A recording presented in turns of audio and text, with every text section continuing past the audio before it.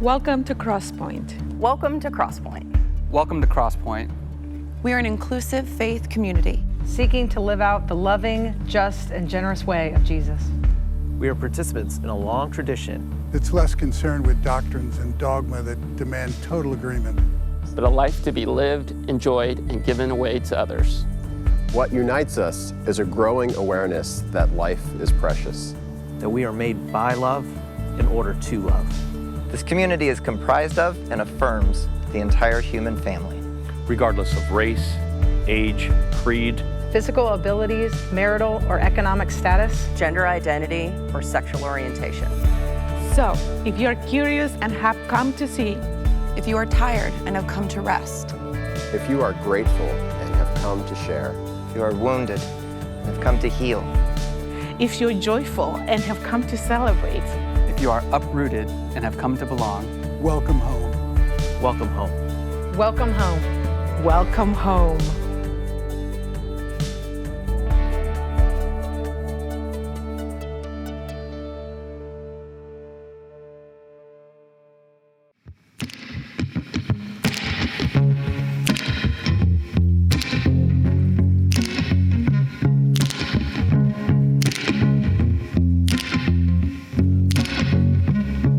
My brother, my sister, God love you and God bless you. My brother, my sister, God love you and God bless you. And may God hold us all in those almighty hands of love. May God hold us all in those almighty hands of love.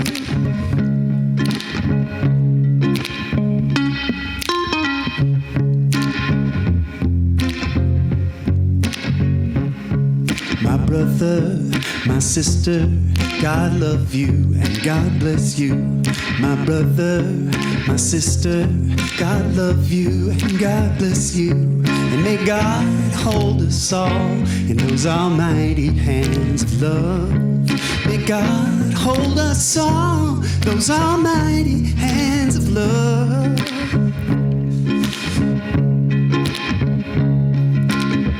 Bring me a higher love.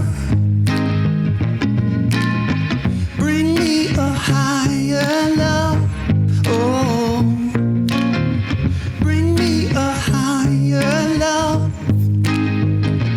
It's that higher love I've been thinking of.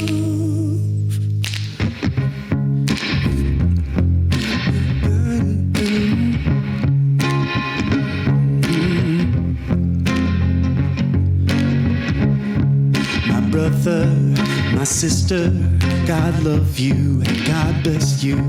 My brother, my sister, God love you and God bless you. And may God hold us all in those almighty hands of love. May God hold us all in those almighty hands of love. Higher love. Bring me a higher love. Bring me a higher love. Oh, oh, bring me a higher love. It's that higher love I've been thinking of. Bring me a higher love. Bring me a higher love, love. Bring me a higher love. It's that higher love I've been thinking of. My brother, my sister, God love you and God bless you. My brother, my sister, God love you and God bless you. And may God hold us all in those almighty hands of love. May God hold us all in those almighty hands of love.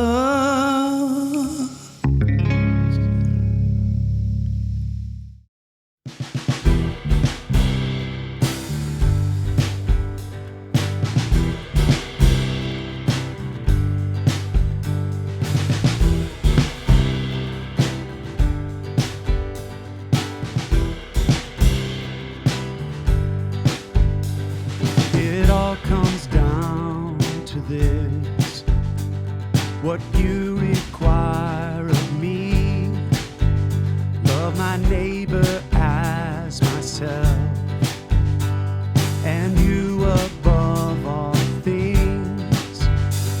Act justly, love mercy, walk humbly with you, God. In all things, in all ways, walk humbly with you, God.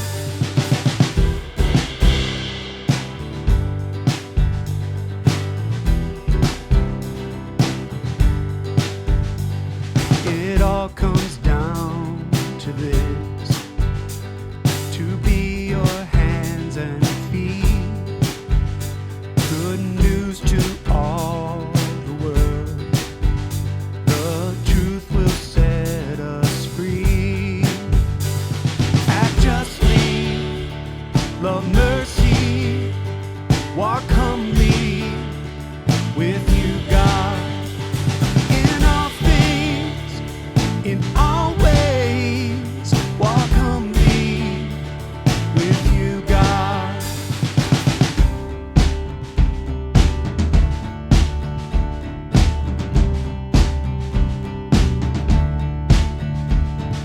Beauty for ashes, it's morning to dancing.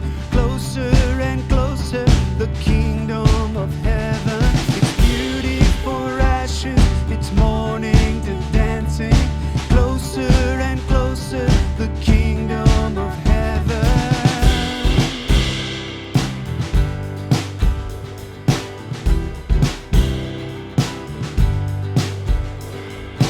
Years from now we'll see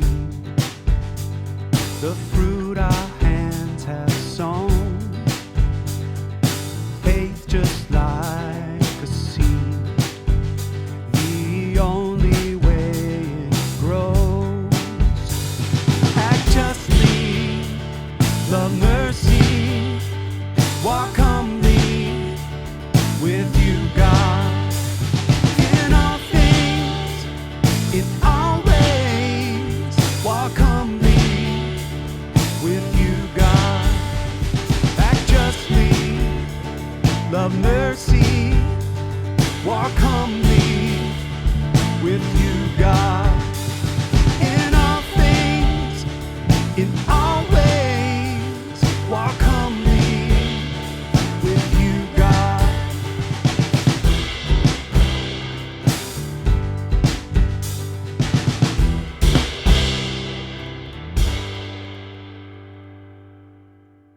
Good morning, Crosspointe. I have a few announcements for you today. First, we are really looking forward to celebrating Easter with you next Sunday. One thing that you can do to help us out is to please go ahead and get your tickets. You can use the QR code or go to our website, crosspoint.org. You only need to claim a ticket for those who will be in the auditorium on Easter Sunday. We will have children's programming for infants through 8th grade. At Crosspointe, we have a lot of individuals who have many skills and talents who will share them with our faith community. One such individual is Rachel Matthew, who not only volunteers on Sundays, but has become a dear friend of mine. Rachel is a member of Crosspointe Church and is a certified grief educator and seasoned psychotherapist. She is partnering with us to host a grief support group that is starting on April 9th. I've seen Rachel's work, and if you are grieving or know someone walking a grief journey, I highly recommend this group. The group will last for 6 weeks, and you can register by going to our website, crosspoint.org/grief group. If you have any questions, you can contact me at pmarkley@crosspoint.org. I truly love the work and ministry of Crosspointe Church. I love being a part of a community that cares for all people, no matter where they are on their spiritual journey and what their life story is. This week alone, I was able to sit down with a family who's navigating a very difficult situation. And because I work with Crosspointe, I was able to create space to sit and listen and be supportive to them. Our staff are setting examples for how to care for students in an unprecedented world that is so highly influenced by technology and AI. We get to partner with area organizations who are offering wraparound services for those who are in need. Area organizations, they recognized Crosspointe as a community that loves and cares for others really well. Our children's ministry, the staff are writing curriculum so that children can learn of the all-encompassing love that God has for them. All of these things are doable. They're possible because of the financial contributions of those who attend Crosspointe Church. I want to invite you to partner with us. And if you would like to partner with us financially today, you can do so by texting crosspointenc to 77977, or you can go to our website, crosspointe.org. Thank you so much. Have a great week.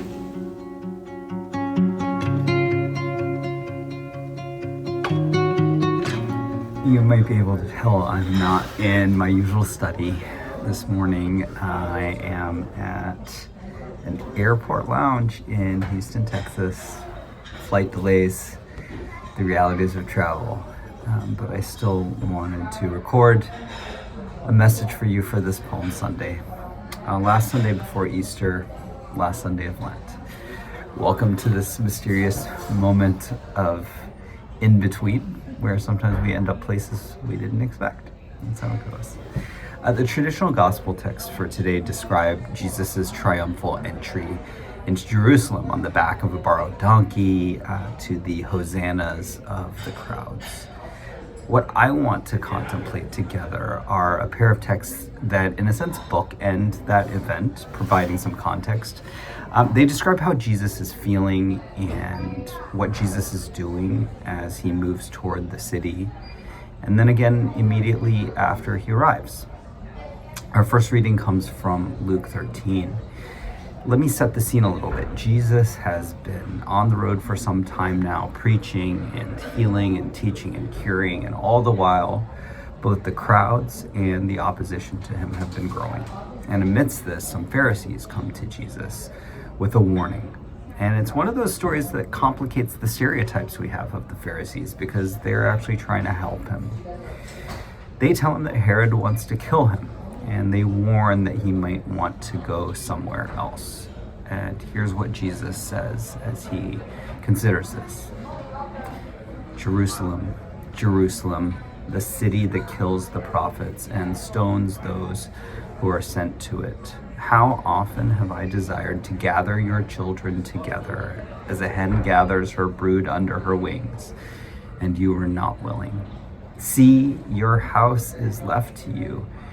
And I tell you, you will not see me until the time comes when you say, blessed is the one who comes in the name of the Lord.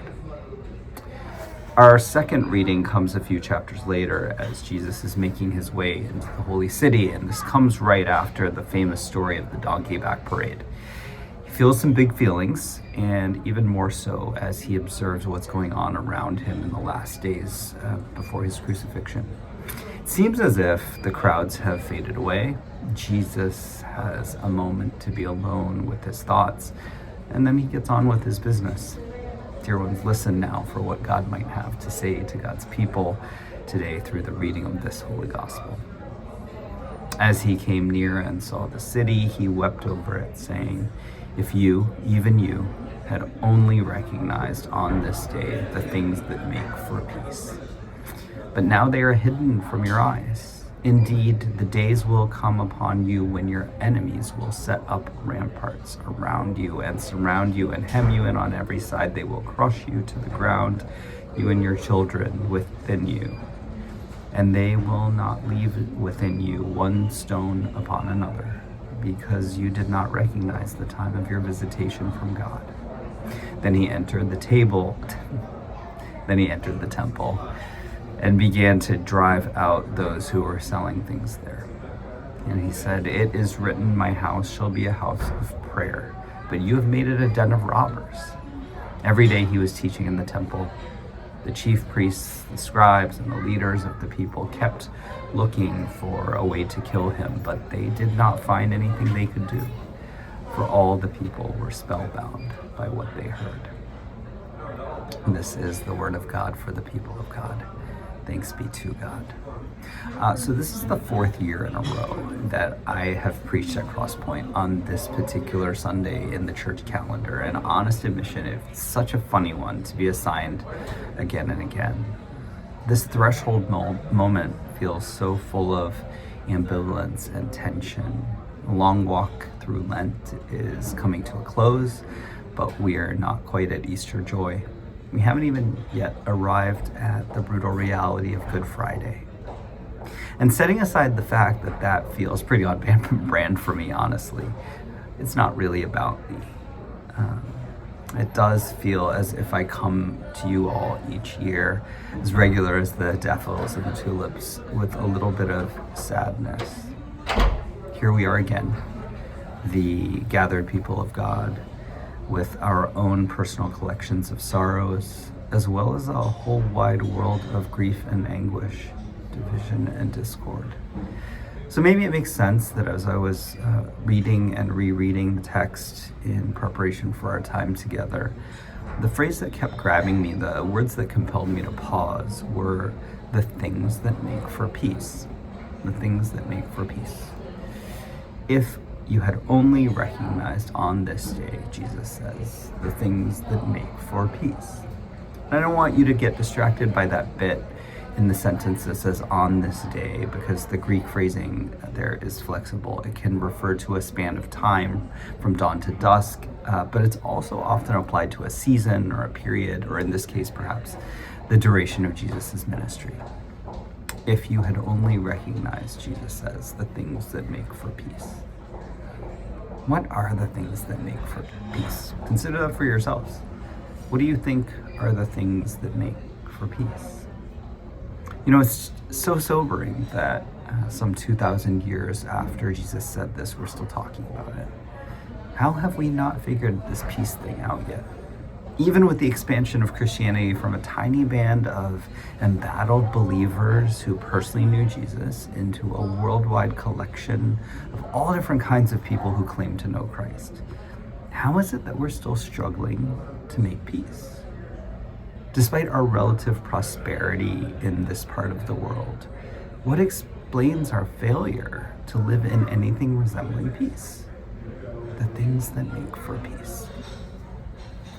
What are the things that make for peace in your individual hearts, but also in our life together?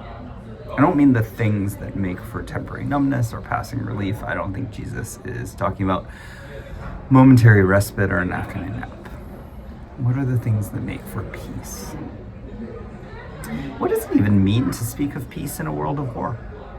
Who has the audacity to cry peace as more troops are deployed, as drones fly, as kids die? What does it mean to trot out the word peace in the midst of divided families and polarized nations and vitriolic discourse and competing Christianities? Will more outrage or even epic fury ultimately make for peace? The things that make for peace. Jesus stands on a hilltop gazing out at the city that carries so much meaning in Jewish tradition and practice, and he laments, Jerusalem, Jerusalem. In Jewish understanding, the very name means the foundation of wholeness or city of peace. Jerusalem embodies hope. It represents possibility.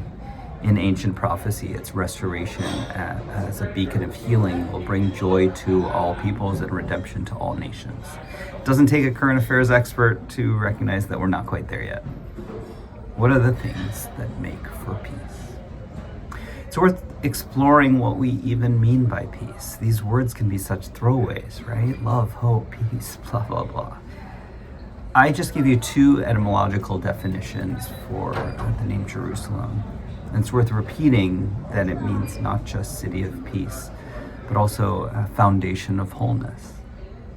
The Hebrew word for peace, shalom, is not the kind of false peace either that you might get with, say, a Sephora store's worth of self-care products and a long stay at a wellness spa. I regret to inform you that you will not find it even wrapped in the coziest of quilts before a warm wood stove. I hate to tell myself that getting another dog wouldn't do it. A robust regimen of Botox and Ozempic will never achieve the kind of satisfaction we're talking about.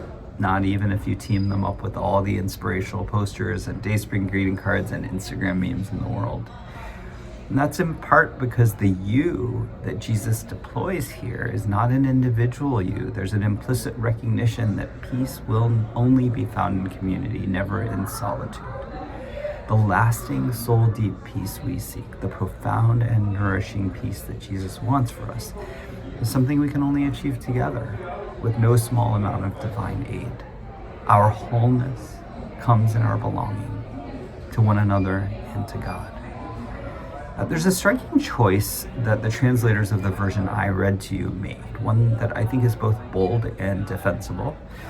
Most other translations say, if only you had known, but ours said, if only you had recognized. The difference is between knowledge that's ultimately unattainable and that which is right there for the taking. The suggestion is that this knowledge is available to us and within our grasp, yet somehow we haven't perceived it, understood it, taken hold of it. And this feels so real. Do we not know? Have we not heard? With 1,700 years of Christendom behind us now, it's clear that this translation holds some truth, that we have made the same mistakes as some of our ancestors. And none of this is to shame us. It's just facts. And those facts, even back then, with thousands of years of God's steadfast love written into all the history, all the Psalms, as well as thousands of years of Israelite backsliding and inconsistency. Again, not to shame, but just stating facts. All that brought Jesus to tears. And those tears do not seem to me to be empty, performative, or helpless. Imagine them as akin to those of a parent who sees their children suffering and wants not just relief for them, but also flourishing. But you also know that there's only so much you can do in the moment to nudge them in that direction. The tears are like those of an exhausted friend, gathering strength for the work of companionship and sacrifice that needs to be done. The work that you wouldn't wish on anyone else, but that you take on willingly for the sake of another. Again, that might be the cry of your heart. Yet you keep on keeping on. The tears are not much different than those of a tired teacher at the end of yet another Wednesday with her raucous, rowdy class. Are the kids even learning anything? Yet there she is the next morning, ready to go again. Or maybe they're similar to those of the caregiver who never has any question about what needs to be done, yet slumps in the kitchen late at night in front of the dishes that never quite get washed and the pile of laundry that remains undone or unfolded. And she wonders when healing in all its forms will come. I'd be foolish if I didn't know that Jesus might have some distinct advantages over parents and friends and caregivers and teachers and the rest of us, which is why I say like and similar to. For one thing, we believe he's not only fully human, but also fully divine. So that probably helps. He also tells us a couple of times in the Gospels that he has something of a hotline to the Father, whereas some of us legitimately feel as if we get either mostly static or a steady series of seemingly dropped calls. And then there's the one that Pastor Steve gets to talk about next Sunday, which is that whole death-conquering resurrection thing, which Jesus can do, but we cannot. Those minor details notwithstanding, where's the good news for us? Let's try this. The not only fully human, but also fully divine Jesus, the hotline to God Jesus, the death-conquering resurrection Jesus, is also the Jesus who doesn't just hang out on the hill crying, but comes back down to the people in the city, to us, to help with cleanup, to tell some stories, to remind us you can do this. Together, you can do this. I've told you before, Jesus says, about this whole peacemaking thing, but let's go through it one more time. It's the basis of the spiritual equivalent of a high school group project. And if that sounds like a drag, that's because it is. But you definitely get to use all your notes for this project, and the professor's happy to help And eventually, even if the professor is super slow at turning in those divine grades, we also know there's going to be some ridiculous grace in the process. I've told you before, Jesus says, about this whole peacemaking thing, but I will sit with you mother hen style until we do it again. Don't you love that unabashed and full-throated feminine metaphor? There is no shame in Mama Jesus. I've told you before, Jesus says, about this whole peacemaking thing, but we're going to get through this together. It's going to suck, but you're not going to be alone in it. You are absolutely not going to be alone in it. And there's the good news. Jesus has no illusions about the reality of the world, nor should we. He also has no doubt about the ultimate goodness that will come on the other side. And he's insistent that through the grace and power of God, there will be another side, another time, another way. And it's called peace. The things that make for peace, the things that make for wholeness, the things that make for healing are embodied by the person of Jesus Christ. And in his grief and in his longing, Jesus doesn't make any room for despair. There is a bit of solitude, perhaps. We see that. Maybe even a bit of exasperation too. It's understandable, but not despair. Instead, he takes a deep breath, lets the emotions flow, and keeps going. We watch him venture into the temple precincts. There's that famous story of him flipping the tables of the money changers. People love the table flipping. What so often goes less noticed, even unmentioned, is that the story doesn't end with that act of righteous anger. Jesus keeps coming back, keeps sitting in community, keeps continuing the conversation, keeps showing up, keeps offering good news to the people. And I don't know what Jesus was teaching in the temple. I wish we had the transcript. But I do know that it was something that would have been resonant and relevant then as well as now. Then as well as now, the politicians were up to some shenanigans. Then as well as now, the government did not have the best interests of the poor and the suffering in mind as they drew up their policies and implemented them. Then as well as now, those furthest from power bore the heaviest part of the burden. Then as well as now, violence seems so often to be the way people chose to move through the world. I don't know what Jesus was teaching in the temple, but it's a fair supposition to say that it was something about the way love can move through the world. And it's my educated guess that the word he had to offer was surely one of hope. His teaching, scripture tells us, was spellbinding, the casting of a vision then that inspired their imaginations and enthralled them with possibility. The things that make for peace. This week, my challenge to you is to consider possibility anew as we continue our steady walk alongside Jesus to the cross and onward through death. Make room for whatever grief you're carrying, maybe even let your anger flare. Yet don't forget to pay attention to what you already know about the things that make for peace. Summon the courage to listen again to Jesus' teachings, both the things he said in words and those he taught us through his example. How lucky we are that we get the fullness of that story, and we will keep clinging to God's promises, as well as what we know ourselves about the things that make for peace, doing our small part to participate in the coming of the kingdom of heaven. In closing, let me offer you a poem. This is from the Irish poet John O'Donoghue, and it is called For Love in a Time of Conflict. It was written, I think, for these kinds of fractious days.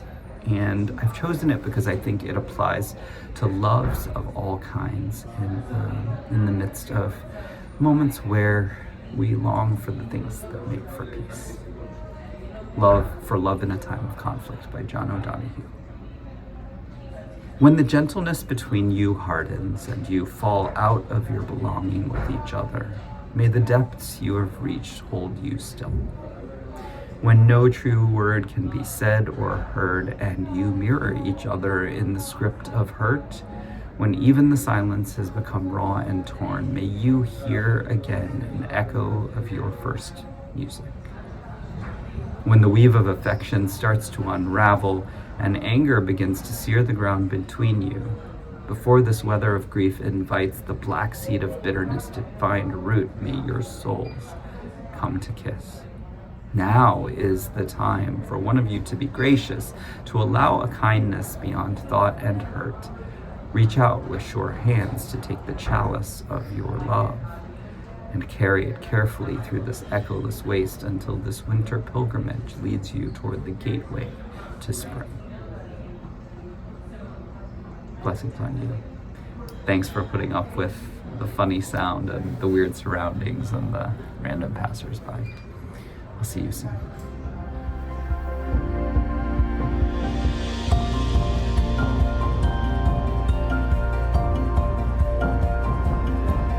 If you would like to know more or get connected to Crosspointe, go to crosspointenc.org.